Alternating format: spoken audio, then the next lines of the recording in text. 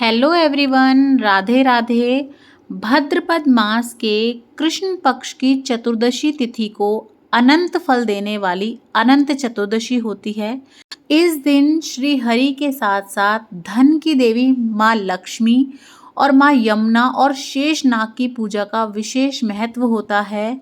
आज की इस वीडियो में मैं आप लोगों के साथ शेयर करने वाली हूँ कि हम अनंत चतुर्दशी की सरल पूजा कैसे कर सकते हैं। तो चलिए वीडियो को शुरू कर लेते हैं। सबसे पहले आप चौकी लगा लीजिए और हो सके तो पीले रंग का आसन बिछाइएगा, या आप अपने मंदिर में भी पूजन कर सकते हैं। उसके बाद हम थोड़े से तिल का और फूलों का आसन देके भगवान श्री हरि को विराजमान कर लेंगे। आज के दिन भगवान हरि के साथ साथ शेष नाग का, माँ यमुना का और धन की देवी माँ लक्ष्मी जी का पूजन किया जाता है। आप भगवान विष्णु की शेषनाग के साथ कोई मूर्ति या फोटो ले सकते हैं, या आप मिट्टी के या आटे के पार्थिव शेषनाग भी बना सकते हैं। आज के दिन शेषनाग का पूजन विशेष रूप से महत्व रखता है। उसके बाद यहाँ पे मैंने ले लिए हैं तिल। आप सफ़ेद तिल या काले तिल कोई भी ले सकते हैं। और मैंने यहाँ पे बना दिया है अष्टदल कमल, और इसके ऊपर हम अपने कलश की स्थापना करेंगे। कलश स्थापना के लिए आप कोई कलश ले लें, आप मिट्टी का या किसी धातु का भी ले सकते हैं। मैंने यहाँ पीतल का लिया है। उसमें आप थोड़ा सा गंगा जल डाल के कंठ तक जल भर लें साफ। उसके बाद हम अपने कलश के ऊपर इस तरह से स्वास्तिक बना लेंगे। हल्दी की गांठ, सिक्का, सुपारी, साथ ही में कुछ फूल, दूर्वा, इस तरह से डाल के हम कलश स्थापना करेंगे। पल्लव लगा लेंगे। आप 5 पल्लव लगा लें, 11 लगा लें। आम के, पान के या फिर आप अशोक के पल्लव लगा सकते हैं। मैंने यहाँ पे आम के पल्लव पे तिलक कर लिया है। उसके बाद हम यहाँ पे कटोरी में थोड़े से तिल ले लेंगे, और जैसा कि मैंने बताया आप काले या सफ़ेद कोई भी ले सकते हैं। आज के दिन तिल से पूजन करने का विशेष महत्व होता है। कलश के ऊपर दीपक रख के हम यहाँ पे दीप कलश बना लेंगे। आप दीपक चाहे तो देसी घी का या फिर तिल के तेल का ले सकते हैं। थोड़ा सा आसन देते हुए हम भगवान गणपति को पूजा में विराजमान करवाएंगे। उसके बाद हम अपना सर्वप्रथम दिया जोड़ेंगे और हाथ जोड़ के सभी देवी देवताओं से निवेदन करेंगे कि वे हमारी पूजा में आएँ, हमारी पूजा स्वीकार करें। सभी भगवानों को हमारी पूजा में पधारने के लिए इस तरह से हम आग्रह करेंगे। उसके बाद आप गंगा जल के छींटे लगा के भाव स्वरूप स्नान करा दें सभी भगवानों को। और अगर आपकी भगवान विष्णु की मूर्ति है तो आप उन्हें पंचामृत से या फिर गंगा जल से स्नान करा सकते हैं। उसके बाद हम वस्त्र रूपी कलावा अर्पण कर देंगे भगवान गणपति को, साथ ही में भगवान विष्णु को, शेषनाग को। उसके बाद हम तिलक करेंगे। तो चंदन से सबसे पहले गणपति भगवान को तिलक करेंगे, भगवान श्री हरि को तिलक करेंगे, और जो उनके शेष नाग हैं उनको अच्छे से तिलक करेंगे, पूजन करेंगे। सभी भगवानों का यहाँ पे मैं तिलक कर दूंगी। जब हम कोई भी कलश स्थापना करते हैं तो ब्रह्मा, विष्णु, महेश तीनों ही जो देवता हैं वो हमारे कलश में विद्यमान होते हैं। तो यही मन में भाव रखते हुए हम अपने कलश का पूजन करेंगे, उन्हें भी अच्छे से तिलक करेंगे। उसके बाद हम रोली से तिलक करेंगे। सर्वप्रथम भगवान गणपति को, माता लक्ष्मी को, इस तरह से हम रोली से तिलक कर लेंगे। भगवान गणपति को जनेऊ अर्पण करेंगे। और आज के दिन अनंत चतुर्दशी वाले दिन भगवान गणपति की विदाई भी होती है। जो गणपति स्थापना करी होती है सभी ने, आज के दिन उनका विसर्जन करते हैं और भगवान से कामना करते हैं कि वो अगले बरस फिर से जल्दी से हमारे घर आएँ और हमें इसी तरह से जो है अपना आशीर्वाद दें। भगवान विष्णु को मैंने यहाँ जनेऊ अर्पण कर दिया है, और माता लक्ष्मी के लिए मैंने यहाँ पे चुन्नी अर्पण करी है। भगवान गणपति को हो सके तो आज के दिन आप दूर्वा ज़रूर से अर्पण कीजिएगा।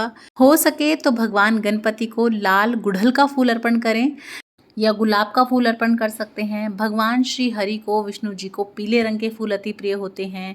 माता लक्ष्मी को कमल का, लाल गुलाब का या लाल गुड़हल का फूल आप अर्पण कर सकते हैं, या जो भी फूल आपको आसानी से मिले, जिस चीज़ का आप अच्छे से प्रबंध कर पाएँ, आप वो भगवान को अर्पण करके पूजन कर लें। अनंत चतुर्दशी के पूजन के बाद अनंत सूत्र बांधा जाता है। इसमें 14 गांठ होती हैं, और ये 14 गांठ 14 लोकों की प्रतीक होती हैं। तो ये अनंत चतुर्दशी का जो डोरा बनाया जाता है, सूत्र बनाया जाता है, तो ये अनंत चतुर्दशी का अनंत सूत्र, अनंत डोरा कैसे बनाया जाता है उसका वीडियो आपको मिल जाएगा चैनल पे, ज़रूर देखिएगा। और ये सूत्र आपको कब पहनना है, कौन से हाथ में पहनना है, कब तक पहनना है, इसके क्या नियम होते हैं, उसके ऊपर भी डिटेल में आपको वीडियो मिल जाएगी, तो आप वो भी चेक कर सकते हैं।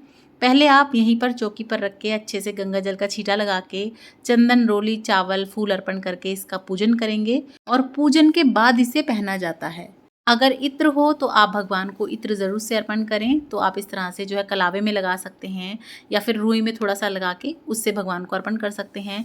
फूल हों, इत्र हों, सुगंधित चीज़ें भगवान श्री विष्णु को, माता लक्ष्मी को अति प्रिय होती हैं और उनसे वो बहुत ही जल्दी प्रसन्न होते हैं। तो आप ज़रूर से अर्पण कीजिएगा। उसके बाद हम भोग लगा देंगे। तो आप किसी भी मिठाई का भोग लगा सकते हैं, चाहे तो आप मिश्री से भोग लगा दें। तो यहाँ पे मैंने भगवान गणपति को, भगवान विष्णु को भोग लगा दिया है। और भगवान विष्णु के भोग में आप तुलसा दल रखना बिल्कुल ना भूलें। थोड़ी सी तुलसा आप भगवान विष्णु को इस तरह से अर्पण भी ज़रूर से करें। ऋतु फल का भोग लगा सकते हैं, 2 फल 5 फल आप अर्पण कर सकते हैं। साथ ही में माता लक्ष्मी के लिए आप कुछ सुहाग का सामान ज़रूर से अर्पण करें, 2 चीज़ 5 चीज़, तो वो भी आप माता लक्ष्मी को इस तरह से अर्पण कर दें, छुआ के साइड में रख दें। अपने सामर्थ्य के हिसाब से कुछ दक्षिणा ज़रूर से अर्पण कर दें। इस तरह से हम धूप दिखा देंगे सभी को, कलश को, अपने अनंत को, सभी को हम इस तरह से धूप दिखाएंगे और यहीं पर बैठकर कथा सुनेंगे। तो अनंत चतुर्दशी वाले दिन व्रत किया जाता है और कथा सुनी जाती है। अगर आप व्रत नहीं कर सकते तो आप केवल कथा सुनकर भी पूजन कर सकते हैं, लेकिन अगर आपने व्रत किया है तो कथा सुनना ज़रूरी है, वरना आपके व्रत का आपको संपूर्ण फल नहीं मिलेगा। तो हाथ में कुछ तिल के दाने, फूल लेकर हम यहीं बैठकर भगवान श्री हरि के सामने कथा सुनेंगे। कथा का वीडियो आपको चैनल पे मिल जाएगा। सभी वीडियोस का लिंक डिस्क्रिप्शन बॉक्स में मैं डाल दूंगी, आप चेक कर लीजिएगा। कथा सुनने के बाद आप ये जो दाने हैं कथा सुनी के, थोड़े भगवान गणपति के आगे, थोड़े विष्णु भगवान के आगे और थोड़े से अपने लोटे में डाल लें। और ये लोटे का जो जल है इससे हम अर्घ देंगे। उसके बाद हम कपूर से या फिर दिया जला के इस तरह से प्रेम पूर्वक आरती करेंगे। सर्वप्रथम भगवान गणपति की आरती करेंगे, उसके बाद भगवान विष्णु की, माता लक्ष्मी की आरती करें। आप ओम जय जगदीश हरे वाली कर सकते हैं, माता लक्ष्मी की कर सकते हैं, या तो 2 आरती करें या फिर आप 5 आरती करें। कभी भी 3 आरती नहीं करते हैं, तो आप देख लीजिएगा। उसके बाद हाथ में थोड़ा सा जल लेके आप इस तरह से घुमा के वार दें अपनी चौकी पे से, अपनी आरती को संपूर्ण कर लें और हाथ जोड़ के हम क्षमा याचना करेंगे कि हे भगवान, अगर कोई भी भूल चूक हुई हो तो हमें माफ़ करना, सद्बुद्धि देना। तो इस तरह से आप बहुत सरल तरीके से अनंत चतुर्दशी का पूजन कर सकते हैं। अनंत चतुर्दशी वाले दिन व्रत रखा जाता है, तो व्रत आप 2 तरह से रख सकते हैं। फलाहार भी रख सकते हैं, यानी कि आप अन्न नहीं खाएंगे उस दिन, और चाहें तो आप शुद्ध सात्विक एक समय पर भोजन खा सकते हैं। तो दोनों ही तरह व्रत किया जाता है। और व्रत के बाद ये जो चौकी है ये आप अपनी अगले दिन उठा सकते हैं या शाम के समय भी उठा सकते हैं, पर जब आपका दिया संपूर्ण हो जाए उसके बाद ही आप चौकी उठाइएगा। जो ये हमने फल वगैरह रखे हैं ये तो आप प्रसाद में बांट सकते हैं सभी को। साथ ही में जो हमने भोग प्रसाद अर्पण करा है भगवान जी को, ये भी आप जो है सभी को प्रसाद स्वरूप बांट दें। ये जो 1 लोटा जल है कथा सुनी का, वो आप सूर्य भगवान को अर्पण कर दें। सुहाग का सामान आप माता लक्ष्मी का जो है आशीर्वाद समझ के खुद यूज़ कर सकते हैं, आप चाहें तो किसी मंदिर में दान भी कर सकते हैं। भगवान गणपति को छीटा लगा के आप अपने मंदिर में रख लें। और ये कलश के जो दाने हैं, तिल वगैरह हैं, ये आप कहीं भी जो है पक्षियों को डाल सकते हैं या पूजा में दोबारा यूज़ कर सकते हैं। और जो अंदर जल है उसके सभी जगह घर में छींटे दे दें पहले, उसके बाद आप कहीं भी विसर्जन कर सकते हैं, पेड़ वगैरह में, कच्ची मिट्टी में, गमलों में। और ये जो जनेऊ है अगर आपके घर पे कोई पहनता है तो आप पहन सकते हैं, नहीं तो आप मंदिर में दान दे दें। ये दक्षिणा भी आप मंदिर में दान दे दें। और पूजन के बाद आप ये अनंत सूत्र, ये अनंत का डोरा पहन सकते हैं। लड़के ये डोरा अपने दाहिने हाथ में और औरतें, महिलाएं अपने बाहिने हाथ में ये सूत्र बांधती हैं। और इसके ऊपर डिटेल में मैं वीडियो बना के दे दूंगी आपको, तो आप उसे चेक कर लीजिएगा। तो इस तरह से आप पूजन कर सकते हैं। मैंने आपको बता दिया कि आप चौकी के सामान का क्या कर सकते हैं। उसके बाद भी अगर आपको कोई डाउट हो तो आप कमेंट करके पूछ सकते हैं।